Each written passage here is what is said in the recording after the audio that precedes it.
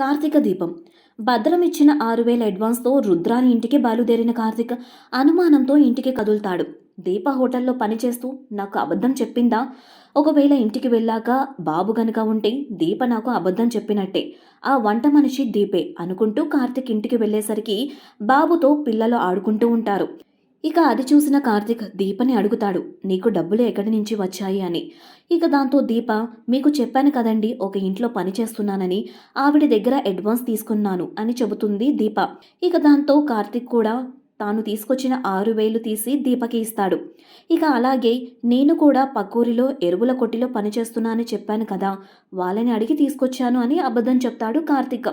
ఇక మోనిత విన్నీ ముందు తన విరహ వేదన గురించి చెప్పుకొని బాధపడుతూ ఉంటుంది. ఇక దాంతో విన్నీ, కార్తీక్ వాళ్ళు ఎక్కడున్నారో వాళ్ళ కుటుంబానికి కూడా తెలియకుండా ఉంటుందా అని చెప్పగా, ఇక దాంతో మోనిత, అవునే, నేనిలా ఎందుకు ఆలోచించలేదు అనుకుంటుంది. అసలే ఆదిత్య చాలా తెలివైనవాడు అంటుంది మోనిత.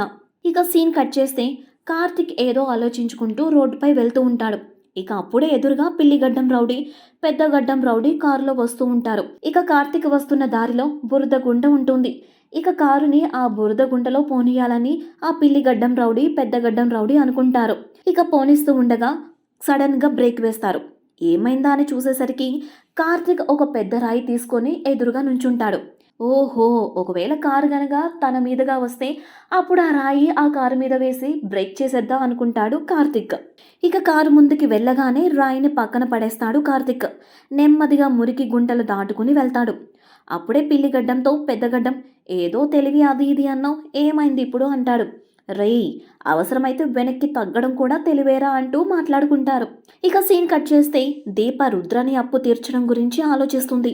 నేను అడుగుంచిన 3 లక్షలు చిట్టి డబ్బులు తెచ్చి రుద్రానికి కట్టేసి పక్క ఊరిలో ఓ హోటల్ పెట్టి డబ్బు సంపాదించి హైదరాబాద్ వెళ్ళిపోతాం.